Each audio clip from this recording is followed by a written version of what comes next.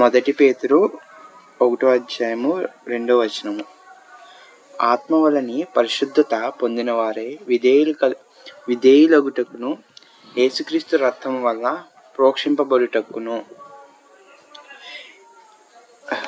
అంటే ఈరోజు మనము యేసుక్రీస్తు రక్తము యొక్క ఆయన యొక్క ప్రాముఖ్యతను మనం తెలుసుకుందాము. యేసుక్రీస్తు యొక్క రక్తము యొక్క ప్రాముఖ్యత ఇందులో మెయిన్ మనం చదువుకున్న వాక్యంలో చూస్తే ప్రాముఖ్యమైనది యేసుక్రీస్తు రక్తము వల్ల ప్రోక్షింప. ఇందులో మనము ఒక 4 విషయాలు ఉన్నాయి. అందులో ఈరోజు మనం 2 విషయాలు తెలుసుకుందాము, రేపు ఇంకో 2 విషయాలు తెలుసుకుందాము. మొదటగా యేసుక్రీస్తు రక్తం అనేది ఫస్ట్ది. యేసుక్రీస్తు రక్తం అనేది నిన్ను రక్షించేది. యేసుక్రీస్తు రక్తము మనల్ని రక్షించేది. అంటే మనకి రక్షణకు ముంగుత్తు యేసుక్రీస్తు వారి రక్తము. మనం చూస్తే నిర్గమకాండంలో ఉంటుంది, ఐగుప్తీయులు తొలిచూరును చంపినప్పుడు ఇజ్రాయేల్ ఇంటి ముందు రక్తం మరక అనేది ముంగుత్తుగా ఉంటుంది కదా.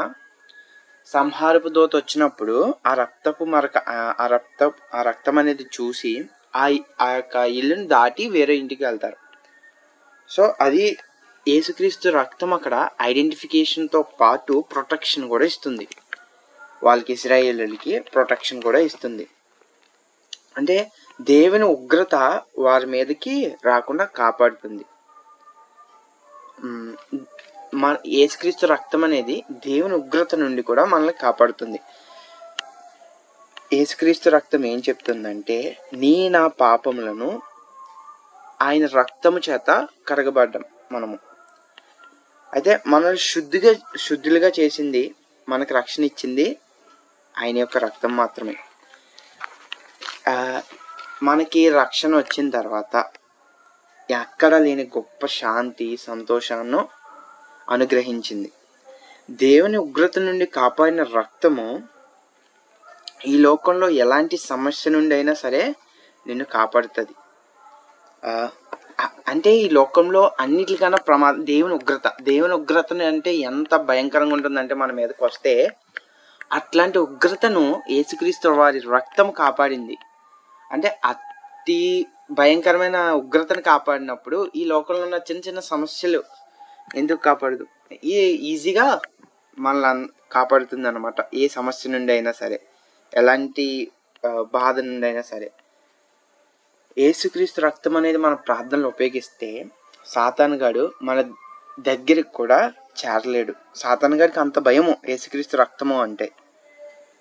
పేతురు, యోహాను, యాకోబు గారు కూడా యేసుక్రీస్తు నామంలోనే స్వస్థత ఇచ్చారు. అంటే అక్కడ ఉన్న పెద్దలు కూడా అంటారు, యేసు నామంలో తప్ప వేరే నామంలో మీరు స్వస్థత చేసుకోండి, ఏమైనా ప్రచారం చేయండి అని అన్నా లేదు. ఆయన నామం లేకపోతే ఏది చేయలేము అని పేతురు, యోహాను గారు యేసుక్రీస్తు నామంలోనే స్వస్థతలు, గొప్ప కార్యాలు చేస్తారు.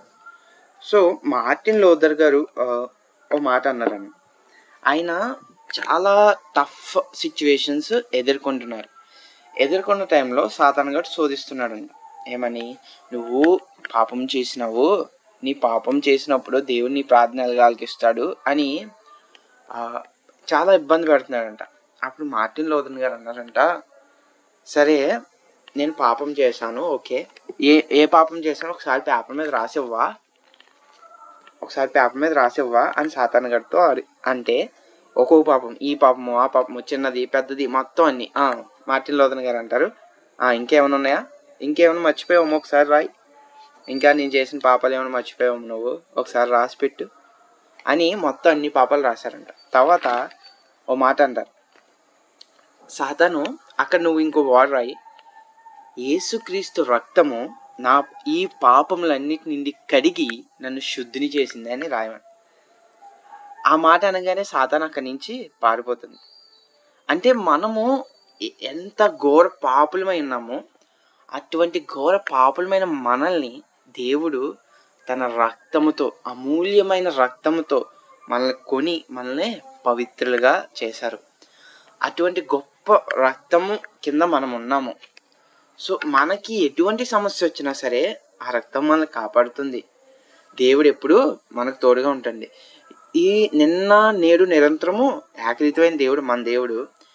యేసుక్రీస్తు రక్తం యొక్క పవిత్రత, అలాగే దాని యొక్క శక్తి నిన్న అలాగే ఉంది, ఈరోజు అలాగే ఉంది, రేపు అలాగే ఉంటుంది. యుగ యుగములకు ఆయన శక్తి, ఆయన యొక్క యేసుక్రీస్తు యొక్క రక్తము యొక్క శక్తి అలాగే ఉంటుంది. మన కొరకు శ్రమపడి కష్టపడి మన పాపములన్నిటి నుంచి విడుదల పొందాడు ఆయన ద్వారా. మనము అందులో అటువంటి రక్తం యొక్క శక్తి మనలో ఉంది. మనం రక్షణ పొందిన తర్వాత ఆ రక్తం యొక్క శక్తి మనలోకి వచ్చిందనమాట. ఇంకా మనకి ఏ దిగులు ఏ భయము అవసరం లేదు. ఎందుకంటే మనల్ని రక్షించేది యేసుక్రీస్తు రక్తము. ఆయన అతి పవిత్రమైన ఆయన రక్తం ఉండగా ఏది మన దగ్గరికి చేరదు. ఒకవేళ చేరినా పారిపోతుంది. మనము ఎలా ఉండాలంటే ఫస్ట్ మనకి విశ్వాసం అనేది ఉండాలి. విశ్వాసం అనేది లేకపోతే చాలా కష్టం అన్నమాట. విశ్వాసం మనం ఉంచుకొని యేసుక్రీస్తు నామంలో నా ప్రతి ఒక్క పాపంలో విడిపించబడ్డాయని మనం నమ్మాలి. యేసుక్రీస్తు నామంలో నా ప్రతి ఒక్క సమస్యలు ఆయన విడిపించాడని నమ్మాలి. నమ్మితేనే మనకి విడుదల ఉంటుంది. నమ్మకుండా చెయ్యాలంటే కార్యాలు జరగవమ్మా. నమ్మాలి, పూర్తి విశ్వాసం కలిగి ఉండాలి. అట్టి విశ్వాసం కలిగి ఉన్నప్పుడు మనలో ఉన్న పాపములు పోతాయి. మనకున్న సమస్యలు, బాధలు, ఇబ్బందులు అన్నీ పోతాయి. ఇది ఫస్ట్ది, నిన్ను రక్షించేది యేసు రక్తము. సెకండ్ పాయింట్ వచ్చేసరికి బానిసత్వం నుండి విడుదల కలిగించేది యేసు రక్తం మాత్రమే. నిర్గమకాండము 12వ అధ్యాయము 31వ వచనము. ఆ రాత్రి వేళ ఫరో మోషే అహరోనులను విడిపించి వారితో, మీరును ఇశ్రాయేలును లేచి నా ప్రజల మధ్య నుండి బయలువెళ్ళుడి, మీరు చెప్పినట్లుగా పోయి యెహోవాను సేవించుడి. అంటే ఆ రోజు ఐగుప్తు దేశంలో ఉన్న తొలిచూరి బిడ్డలను హతంపరిచారు కదా మన దేవుడు. ఎంత చేసినా మాట వినడం లేదని.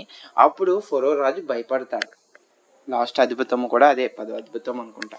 అయితే ఫరో భయపడతాడు. భయపడి మీరు ఇశ్రాయేలు ఇక్కడి నుంచి నా ప్రజలను వదిలేసి మీరు వెళ్ళిపోండి అని విడుదల చేస్తాడు. అంటే ఆయన రక్తము ఆ రాత్రి 400 సంవత్సరాల నుంచి బానిసలుగా ఉన్న ఇశ్రాయేల్ని విడుదల కలిగించింది. అంటే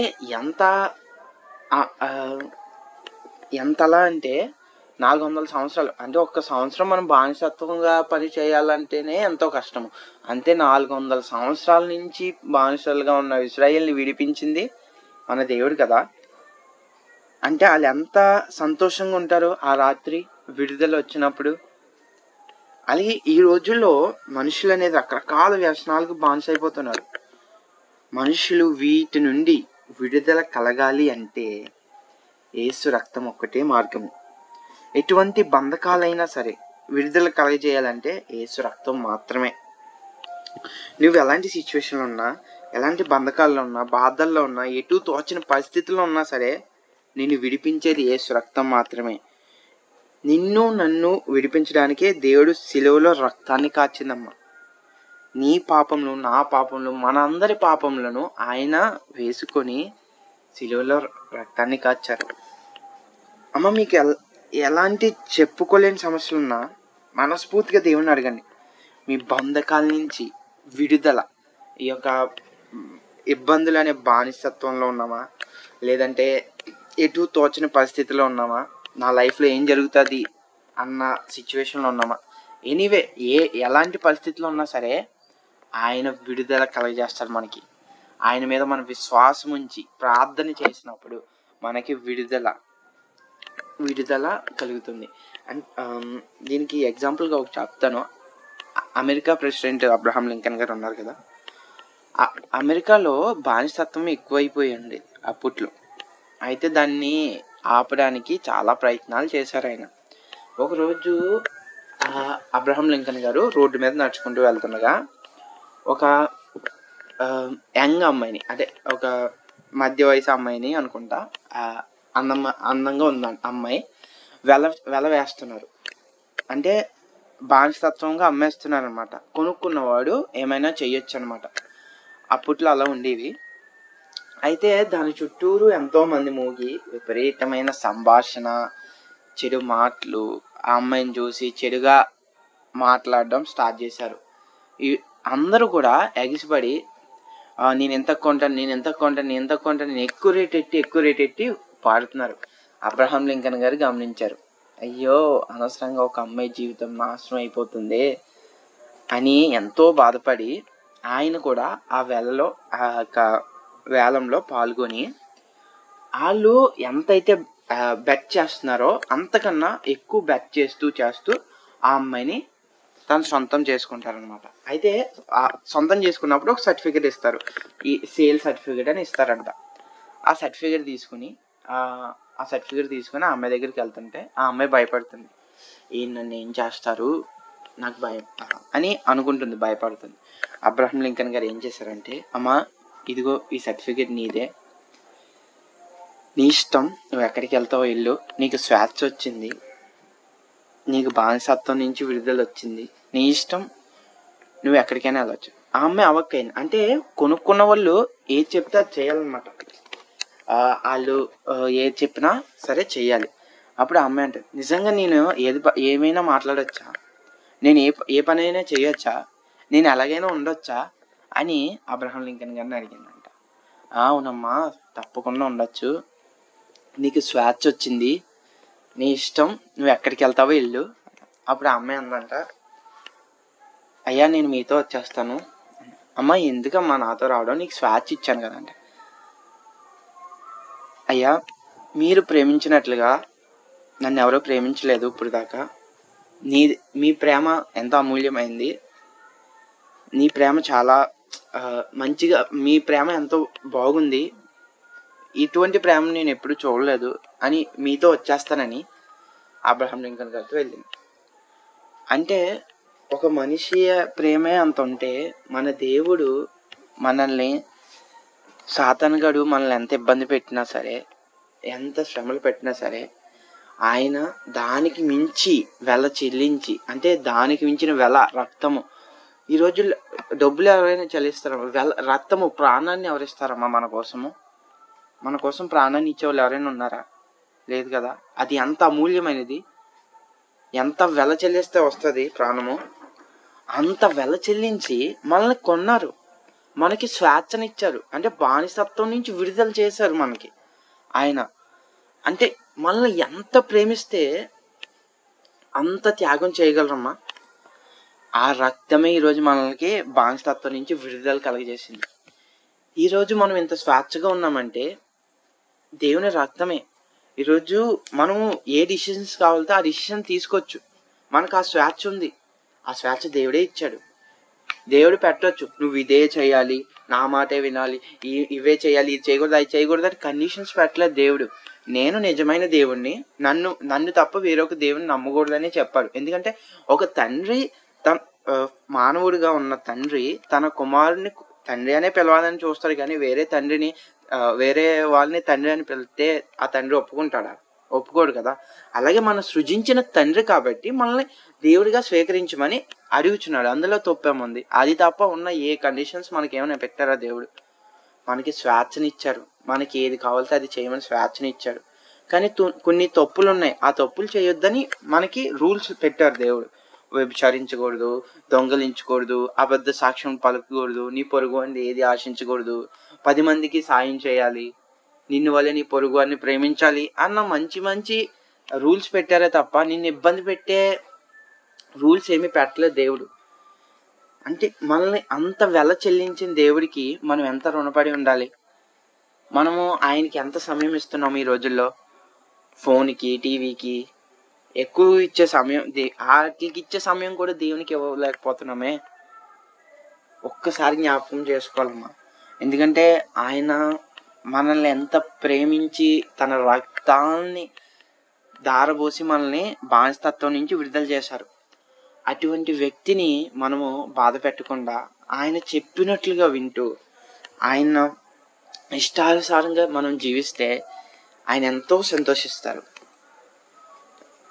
దేవుడు కూడా నీకు ఎలాంటి ఇబ్బంది కలగకుండా అతి శ్రేష్టమైన అమూల్యమైన వెలపెట్టి మనల్ని కొన్నారు కదా. అంత అమూల్యమైన రక్తము పెట్టి నిన్ను కొన్నప్పుడు మనం ఎలాంటి సమస్యలో ఉన్నా సరే, ఎలాంటి ఇబ్బందుల్లో ఉన్నా సరే, ఆయన మనల్ని విడుదల కలగజేస్తారు, మనకి విడుదల కలగజేస్తారు. ఈరోజు నిజంగా ఎలాంటి సిచ్యువేషన్ ఉన్నా, ఇటు దారి లేదు, ఈ సిచ్యువేషన్లో ఇలా వెళ్తే దారి లేదు అన్న సిచ్యువేషన్లో ఉన్నా సరే, దారి చూపించే దేవుడు మన దేవుడు. ఎలా అంటే ఎగ్జాంపుల్గా ఒకసారి మళ్ళీ చెప్తాను. ఇశ్రాయేలు ప్రజలు వెళ్తుండగా ఎర్ర సముద్రము, వెనకాల ఫరో సైన్యం. అంటే సామెత ప్రకారంగా చెప్పాలంటే ముందు నుయ్య వెనక గొయ్య అన్నట్టు, ఎదరా దారి లేదు, వెనక్కి వెళ్ళడానికి దారి లేదు. అలాంటి సమయంలో దేవుణ్ణి అడిగితే దారి లేని సిచ్యువేషన్లో ఆ సముద్రాన్ని 2 పాయలుగా చేసి అందులోంచి దారి ఇచ్చాడు మన దేవుడు. అట్లాంటి ఈరోజు మనము దారి లేని సిచ్యువేషన్లో ఉన్నా, మనకి ప్రాబ్లంకి సొల్యూషన్ లేని సిచ్యువేషన్లో ఉన్నా సరే దేవుణ్ణి అడగండి. అడిగితే ఖచ్చితంగా ఏదో ఒక రకంగా సొల్యూషన్ అనేది మనకి దొరుకుతుంది ఖచ్చితంగా. సో ఈరోజు నిన్ను రక్తం ద్వారా, యేసుక్రీస్తు రక్తం ద్వారా 2 థింగ్స్ ఉన్నాయి కదా. నిన్ను రక్షించేది యేసు రక్తమే, ఇంకోటి బానిసత్వం నుంచి విడిపించేది కూడా యేసు రక్తమే. ఉన్న 2 అంశాలు రేపు చెప్పుకుందాము, టైం అయిపోయింది. సో మనము ఆయన రక్తముని సద్వినియోగం చేసుకుంటూ ఆయన చెప్పినట్లు జీవించడానికి మనం జీవించాలి. ఈ చిన్న వాక్యము దేవుడు దీవించమని కోరుతున్నాను.